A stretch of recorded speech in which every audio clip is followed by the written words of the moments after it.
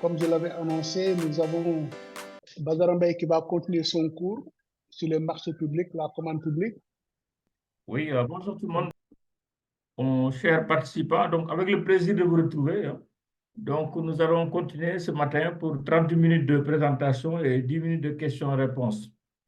J'ai eu à présenter un peu le code des marchés publics et la réforme qu'il y a eu. La dernière fois, nous avions parlé du code des marchés publics. Donc, je disais que nous avions eu à présenter le code des marchés publics, qui est une loi quand même qui est mise en œuvre depuis le 1er janvier 2008.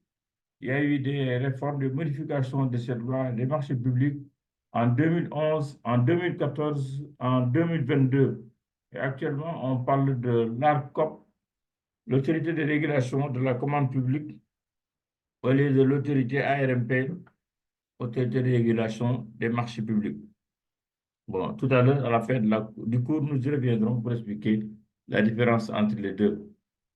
Nous avions dit donc qu'un marché public était un contrat écrit onéreux par lequel une autorité contractante, c'était une société nationale, un ministère, une direction, une mairie, qui engageait les compétences d'un prestataire pour des travaux, des fournitures ou des prestations intellectuelles.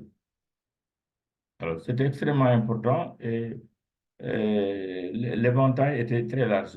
Donc, on distinguait les trois types de marchés essentiellement, qui sont les fournitures, les marchés de fournitures. Donc, c'est des achats de tables-bancs, c'est des achats de véhicules, c'est des achats de fournitures de bureaux, des travaux, une route, un bâtiment, des salles de classe, un échangeur, des prestations intellectuelles, des études économiques ou des études sociologiques. Voilà les différents types de marchés. Nous avions parlé de la préparation des marchés publics. Il fallait établir un budget par lequel on s'engageait à dire que telle somme était destinée à telle prestation ou tel travail. Et ça, c'était ce qu'on appelle la CPM, la cellule de passation des marchés, qui est instituée, qui est un organe, ça peut être une personne, ça peut être plusieurs personnes, dans une agence, dans une direction, qui confectionne ce qu'on appelle un cahier des charges ou des termes de référence, si c'est des prestations intellectuelles. Ensuite, il y a ce qu'on a appelé l'avis d'appel d'offres, l'annonce dans les journaux. Et il est requis de faire une annonce, de faire une publicité du marché que nous voulons faire, que nous voulons lancer dans un journal quotidien, large diffusion, ou par affichage au niveau de la mairie ou des chambres de commerce. Ce qu'on appelle l'avis d'appel d'offres. Donc, les gens sont informés que telle organisation, telle structure veut lancer tel marché, et voilà les conditions, et les gens sont censés venir acheter le dossier, voire soumissionner. En général, dans le cas des prestations intellectuelles, c'est le marché, il est gratuit. En général, c'est juste pour les travaux qu'il y a un coût d'achat pour ces marchés, pour acheter le cahier des charges. Ensuite, il y a la phase de soumission. Les gens qui ont acquis le dossier viennent remettre leur offre. Donc, vous avez en général un délai de 30 jours en moyenne, si c'est un marché d'envergure nationale, si c'est un marché d'envergure internationale, 45 jours, ou si c'est une consultation assez restreinte, ce qu'on appelle les DRP, demande de renseignement et de prix, ou demande de renseignement et de prix à compétition ouverte. Okay, c'est une variante de la DRP aussi, vous avez en général 15 jours pour venir remettre vos propositions. Ensuite, maintenant, au niveau de l'autorité contractante, de celui qui a commandé le marché, il y a ce qu'on appelle l'analyse des offres. Une fois que les plis sont ouverts, les soumissions, donc on passe à la commission d'analyse des offres. Donc, en commission restreinte, les gens regardent si les gens sont éligibles, si les gens réunissent les conditions pour faire le travail. Et ensuite, on fait un classement au niveau de ces différents soumissionnaires. Après avoir étudié leur éligibilité, leur capacité à faire le marché, on regarde maintenant les prix et on fait un classement. Et ensuite, on passe à une séance d'attribution, toujours en interne. On dit que tel marché a été attribué à tel soumissionnaire, tel candidat. Et ça fait l'objet d'une sanction. Il y a ce qu'on appelle l'avis d'attribution provisoire. C'est publié dans les journaux également. Les gens ont 15 jours avant qu'on passe à ce qu'on appelle l'attribution définitive. Donc, durant cette période, la période contentieuse est ouverte. Les gens, les soumissionnaires, les candidats qui estiment qu'ils ont été lésés peuvent faire un recours au niveau de l'ARMP. Maintenant, la COP, au niveau de sa chambre qu'on appelle le CRD, le comité de règlement des différends. Si vous estimez que vous avez soumissionné et que le marché ne vous a pas été attribué, vous êtes en mesure de faire un recours, demander pourquoi vous n'avez pas été attributaire à l'autorité contractante. Si la réponse de ce monsieur-là, de cette structure ne vous satisfait pas, vous pouvez saisir de façon contentieuse le CRD, donc une chambre de l'ARCOP, pour vous plaindre. Et à ce niveau, toutes les prestations se suspendues en attendant que votre dossier soit étudié. Alors, le CRD peut vous rejoindre dans votre position. Le marché donc est annulé, ou bien vous rejetez votre offre parce qu'il estime que votre offre n'est pas fondée, votre contestation n'est pas fondée. Voilà, donc c'est un peu comme ça. Vient maintenant la phase exécution du marché. Si c'est des fournitures, c'est relativement simple. Vous avez acheté 5 véhicules, vous venez les livrer. Les véhicules sont censés respecter le cahier des charges. Et il y a ce qu'on appelle la commission des marchés au niveau de l'autorité contractante qui organise la réception du matériel commandé. Si c'est des travaux aussi, le maître d'ouvrage délégué, c'était un bureau d'architecture ou un bureau d'ingénieur qui vient organiser la réception provisoire à la demande donc du candidat soumissionnaire. Et ça fait l'objet, c'est sanctionné par un PV, ce qu'on appelle un PV de réception provisoire. Donc, cela aussi est publié dans les journaux. Et ensuite, il y a ce qu'on appelle la période de garantie, si c'est des travaux neufs qui courent pendant 12 mois. Et à l'issue de ces 12 mois, il y a ce qu'on appelle la réception définitive. Sinon, si c'est des travaux de réhabilitation,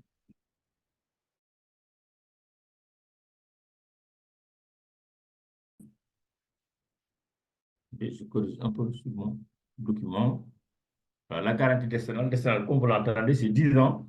Donc, quand c'est des travaux en général, vous avez fait un bâtiment, R+2, R+3, R+4, ou des choses simples. Il y a ce qu'on appelle la garantie décennale. Donc, vous allez souscrire une police d'assurance. Si jamais il devait avoir des ennuis sur ce bâtiment, l'assurance couvre. Hein. Donc, cela protège l'entrepreneur et protège aussi les bénéficiaires de cet ouvrage-là. Et cela terminé, maintenant, il y a ce qu'on appelle l'audit des marchés publics. Je vous ai communiqué le document. J'ai vu que ces documents sont maintenant partagés. On vous a donné un certain nombre de documents, donc, dont le texte des marchés publics, une étude de cas pour les prestations intellectuelles et un checklist pour la vérification des marchés publics. Donc, il y a ce qu'on appelle l'audit des marchés publics. Donc, ça, chaque Voilà. année, Badara, l'ARCOP juste une lance une information. consultation au niveau de... Badara, Oui, juste une information. Les documents ont été publiés ce allez-y, matin. Ablaï. Les documents que tu as envoyés C'est ont été ça. publiés ce matin dans le groupe WhatsApp uniquement. Donc, ceux qui ne sont pas dans le groupe, il faut vous inscrire. OK, Hein. OK. Voilà, merci. Voilà, voilà. C'est un certain nombre de documents. Je vous conseille vivement de, quand même de les consulter. Donc, j'en étais à l'audit des marchés publics. Donc, comme vous le savez, chaque année, donc, suivant un échantillonnage de comment on appelle, toutes les autorités contractantes qui ont passé des marchés de plus d'1 milliard sont censées faire l'audit. Donc, c'est les grandes sociétés, c'est la Sénélec, c'est la Surut, c'est la STIP.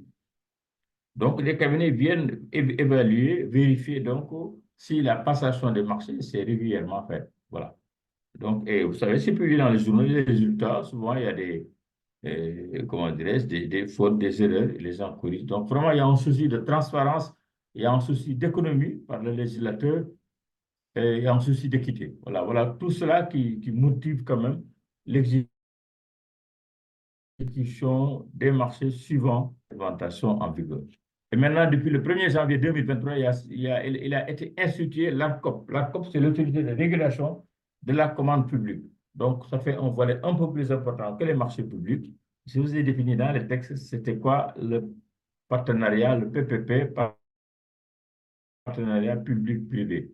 Donc, quand même, on est maintenant dans des marchés à coût de milliards, des marchés beaucoup plus importants. C'est comme vous voyez, les projets d'autoroute qu'il y a eu, il y a Touba, maintenant Saint-Louis, Dakar-Saint-Louis, maintenant Mbour-Saint-Louis. Donc, c'est quand même des grands travaux à coût de milliards, 400 milliards, 800 milliards. Donc, les ascenseurs que vous avez vus à Dakar, ce qu'on appelle les autoponts, bon, c'est quand même donc un volume de marché un peu plus important. Et donc, on étend un peu les compétences de l'ARMP, ça devient l'ARCOP. Et ça, c'est depuis le 1er janvier 2023. Voilà, donc ça fait déjà un peu plus d'un an. Et maintenant, au niveau de l'ARCOP, avant, au niveau de l'ARMP, il y avait une seule chambre pour étudier les contentieux qui était donc le CRD, c'est le comité de règlement des différends. Maintenant, il y a deux chambres pour le règlement des différends, un CRD, comité de règlement des différends pour les marchés publics, et un CRD pour la commande publique, donc les partenariats publics-privés. Donc voilà, en gros, mesdames, messieurs, ce que je voulais partager avec vous cet après-midi. Je suis bien sûr à votre disposition pour échanger, pour recevoir vos questions, faire des éclairages, des précisions sur certains éléments. Bon, on a été malheureusement obligé de passer assez vite, mais vous comprenez bien que le temps imparti ne nous autorisait pas à aller dans plus de détails. Mais comme je vous ai dit, hein, on est vraiment à votre disposition. À partir d'aujourd'hui, vous avez tous mes contacts, téléphone ou mail. Faites-moi les questions que vous jugez nécessaires et c'est vraiment avec plaisir qu'on y répondra. Voilà, donc je suis à votre disposition pour vous partager et répondre à certaines questions, faire apporter des éclaircissements. Voilà, merci Merci beaucoup. beaucoup. Ouais. Merci beaucoup, Badara. Donc, il y a Khalidou Baldé qui a levé la main. Les autres aussi, vous levez la main si vous voulez prendre la parole. Hein. Khalidou, qui a disparu là. S'il vous plaît, Levez est-ce qu'il la va main. voir mon écran, Ablaï? Oui, on voit ton écran, hein, c'est ça qu'on voit actuellement. Bon, Khalidou Baldé, je lui donne d'abord la parole. Voilà. Vous m'entendez? Oui, tout à fait. Voilà, merci Mouché Ndiaye, merci Oui, encore très une fois bien. de plus. Je remercie Badara Mbaye. Ça fait, je crois, là, je l'ai rencontré lors des cours là, il y a en 2021. Et je l'ai rencontré encore une fois dans un autre Ah, domaine. très bien. Va bien, Badara. Et toujours, il a la même pertinence que d'habitude. Voilà, c'est l'occasion encore une fois Oui, de plus de merci. le remercier sincèrement de la Merci, maîtrise Baldé. et de la pédagogie qu'il utilise pour Merci enseigner beaucoup. vraiment les adultes. Question, non, je n'en ai pas, mais surtout, c'était pour l'encourager davantage. Merci, Mouché. Alors, C'est moi qui vous alors remercie Badara, beaucoup et à très bientôt. voilà, Badara, juste Oui, une Ablaï, s'il vous suggestion. plaît. Si jamais tu veux faire des exercices, avec le Oui, webinaire, ce qu'il est possible de faire, c'est de leur donner l'exercice et de le corriger le dimanche suivant. Comme ça, ils auront tout le temps de préparer. ok. Voilà. Ça, c'est juste une suggestion, quoi. Ok. Je sais que Ok. ton cours est très pratique. Il En y tout a cas, beaucoup d'exercices. l'exercice est dans les documents, hein, mais malheureusement, j'avais joint aussi la solution. Ah, d'accord, ok. Mais la J'avais prochaine joint la fois, tu solution, mais viens. on pourra toujours en discuter dimanche Oui, prochain. oui, c'est ça. Voilà. La prochaine fois, tu leur donnes l'exercice et puis le dimanche suivant, tu corriges et tu leur donnes le corrigé, quoi. Oui, Alors, oui, est-ce oui. qu'il y a J'ai d'autres. déjà donné l'étude de cas, mais on pourra le commenter ensemble, D'accord.